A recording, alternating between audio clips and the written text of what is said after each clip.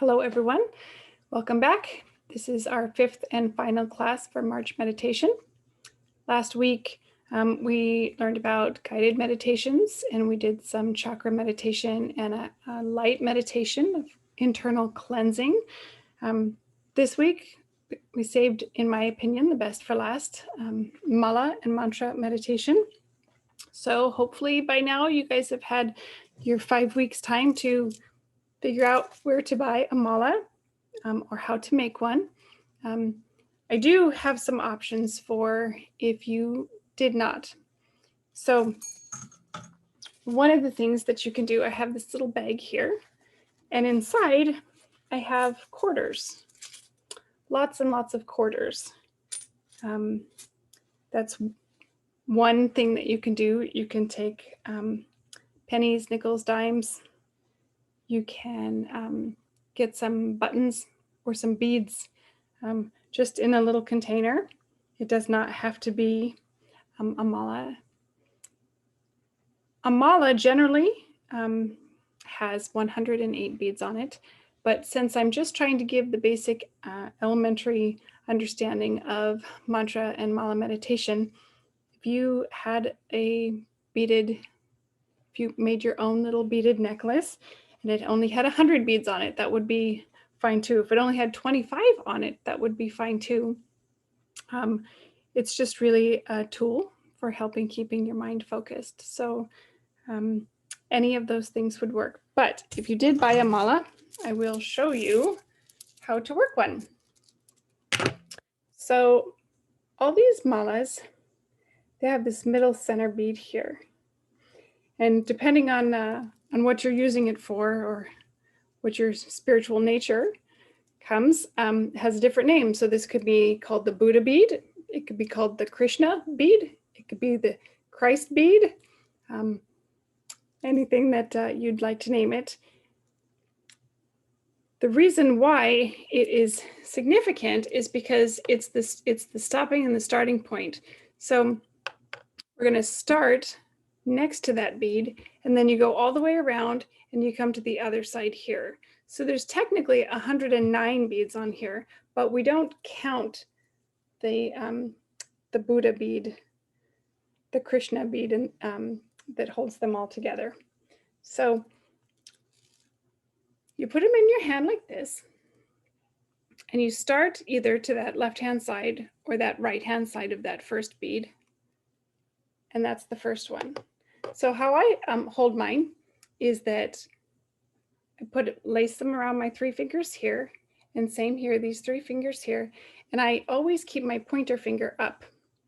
This has a lot to do with mudras in yoga when we talk about what our fingers symbolize and holding certain positions with our hands when we're meditating or when we're doing yoga. So I keep the pointer finger up, and I just take my thumb on that very first bead and I press it and I hold on to it, and then you scoot to the next one, and you scoot to the next one, and you scoot to the next one.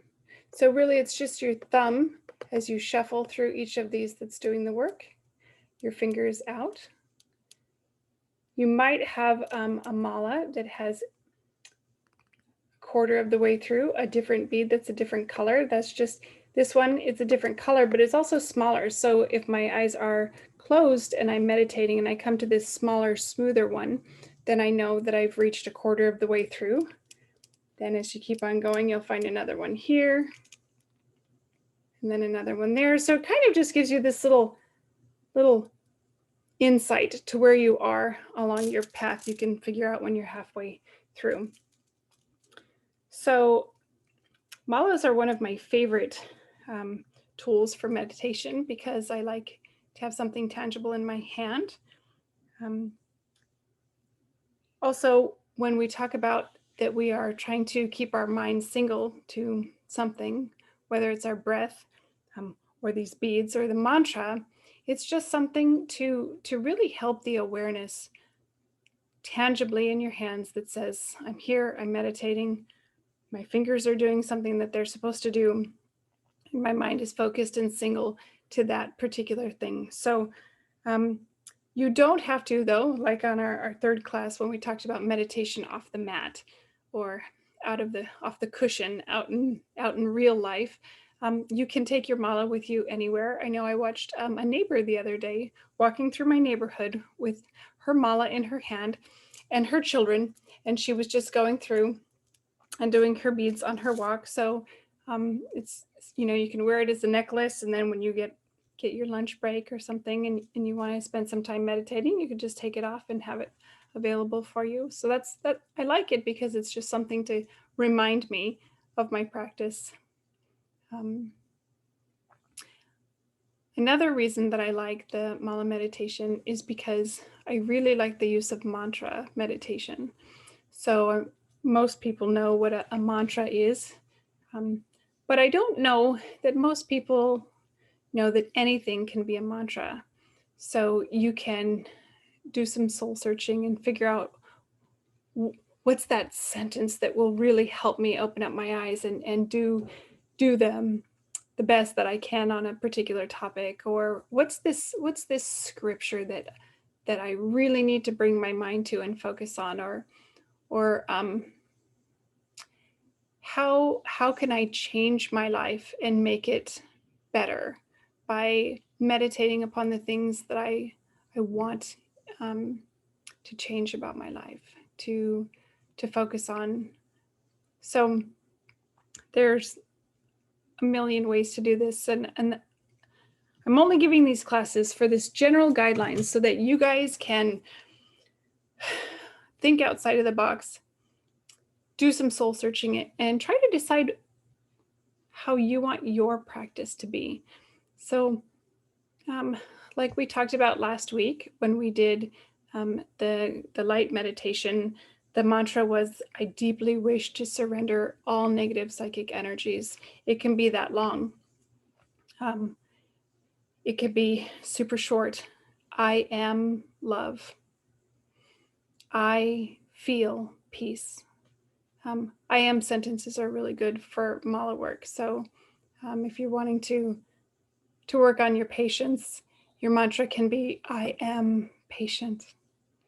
And it doesn't have to be the same mantra each time. It can be, I am patient. I am kind. I am soft.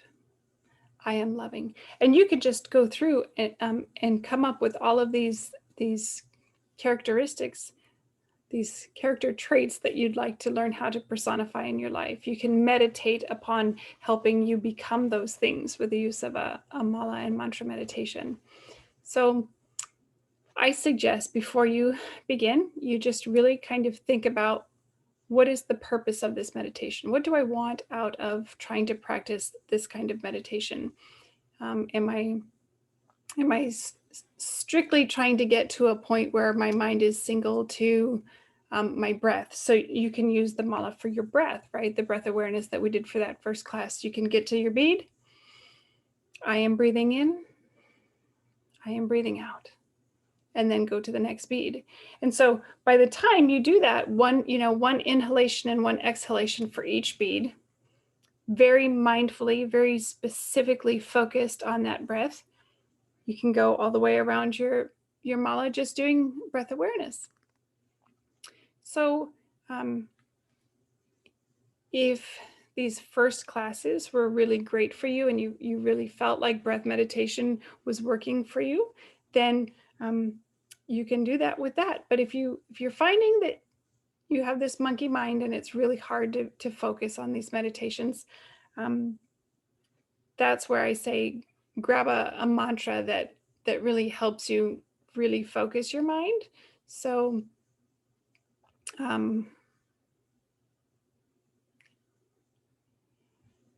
we can just say today, my mantra will be, I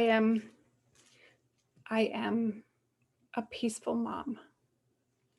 Okay, so I've got this mantra. This is the one that I'd want to work on today. My kids have driven me crazy, and I found myself yelling at children, and I want to come back out of that. I want to turn away from that and remind myself that I'm a peaceful mom.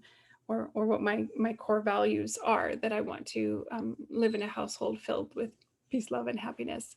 So I decide that that's the mantra that I want to use.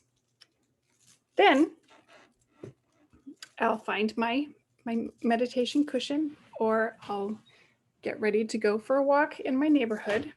I'll bring my mala with me, and I'll start at this designated spot where we just discussed, right next to that major bead. The guru bead is another name for it. And as I go through, it's the biggest thing is that this is not mindless reciting of a mantra. It is absolutely, positively mindful. Every moment that you are using the mala, you want to be fully present and single to the idea that you are focused on your mala, you're focused on your mantra, and every breath, every word that you're speaking becomes a meditation because your concentration is focused and single to that. So I come to the first bead and I say in my mind, I'm at the first bead, I'm beginning, right? A great way to focus, maybe just before you begin the process, might be just a couple of minutes of some of those pranayama techniques that we learned in the second class. So you go alternate nostril breathing, or a 4-part breath where you want to inhale and hold it, and then exhale and then hold it. Any of these things that we've done in the previous 4 classes, any of those things, just to kind of prepare your mind for the fact that we're going to see these meditations, they take a little bit longer. So you want to prepare your mind for this big intensive meditation that you're going to work on. So we can sit here, lifting your spine up nice and tall, bringing your shoulder blades down, your chin parallel to the ground, bringing your awareness to your breath, the rise and fall of your chest. Maybe you want to keep your eyes closed for this meditation. Maybe you want to keep them open. Whatever feels best to you.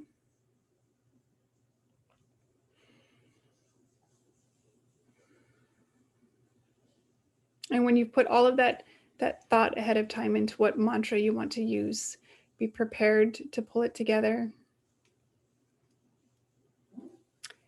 And when you're ready, you're just going to come to that first beat and very, very mindfully, very aware, out loud or in your head, whichever you're most comfortable with, you recite your mantra. I am a peaceful mama. Then you come to the next beat. I am a peaceful mama. Come to the next bead. You're touching it. You're feeling each bead with your thumb. I am a peaceful mama. Coming to the next bead. And you go around. The trick, I guess, the harder part is the fact that with the lifestyles we live, with our short attention spans, before you know it, you're running through that grocery list. You're thinking, oh, I wonder if I'm close to being done yet, because I forgot that I need to go to the pick up a kid from track. Trying to remember that just like the breath awareness that we talked about in the very first class, that will happen. You will find yourself all of a sudden thinking about something besides your meditation, besides your mantra. Your mind is bouncing back and forth with things. When you catch it, you stop. You pull it back in. You focus, you center, and then you begin again. You don't go to the beginning, but you begin again. So maybe you made it a quarter of the way through before the phone rang, and then you decided, oh, I forgot to call back so-and-so. Okay, you acknowledge, I'm meditating right now. This is my me time, and you come back to it. So that very next beat that you come to, or the next quarter in your sack, wherever it is, you say,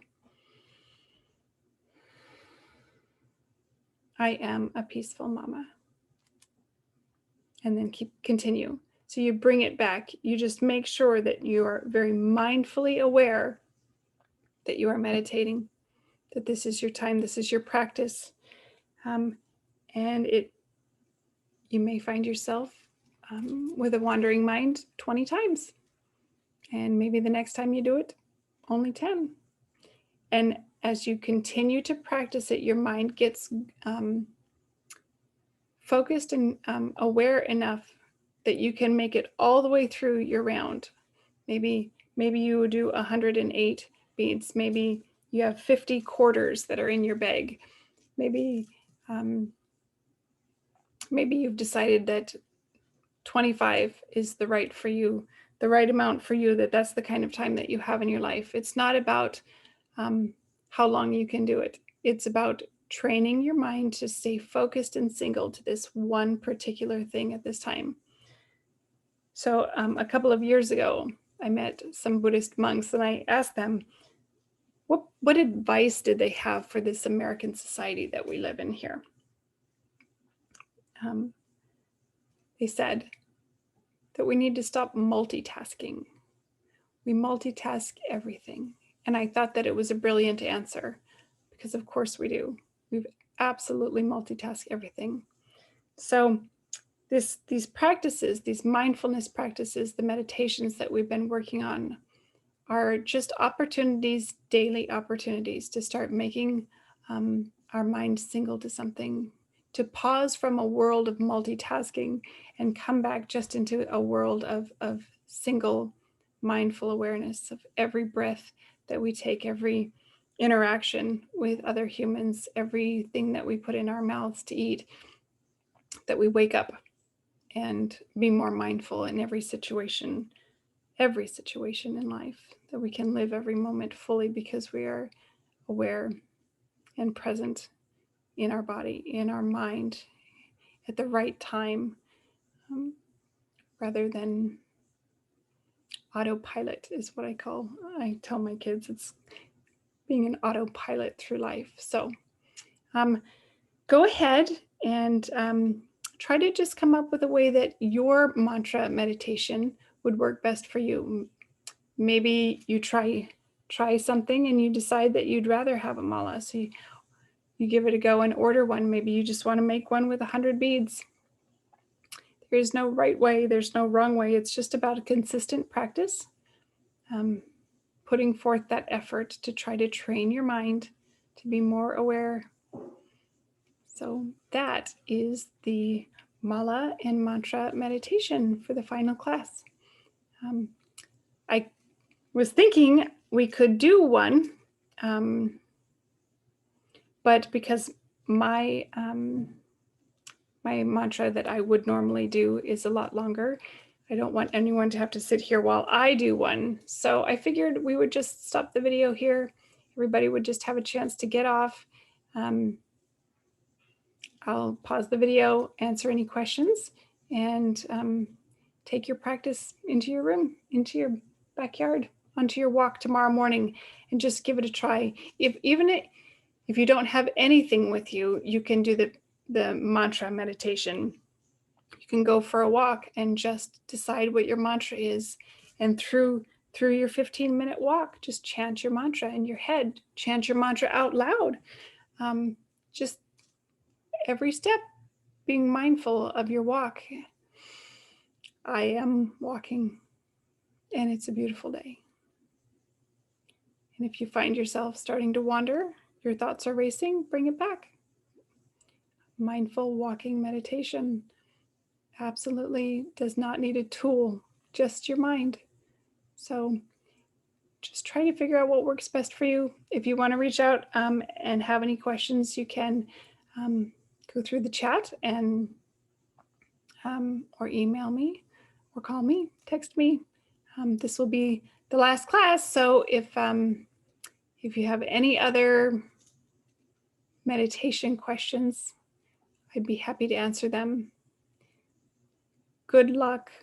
I hope by now, after 5 weeks, you guys have come up with some great ways to try to figure out what your meditation practice will look like for your life and for your mind, and keep up the good work.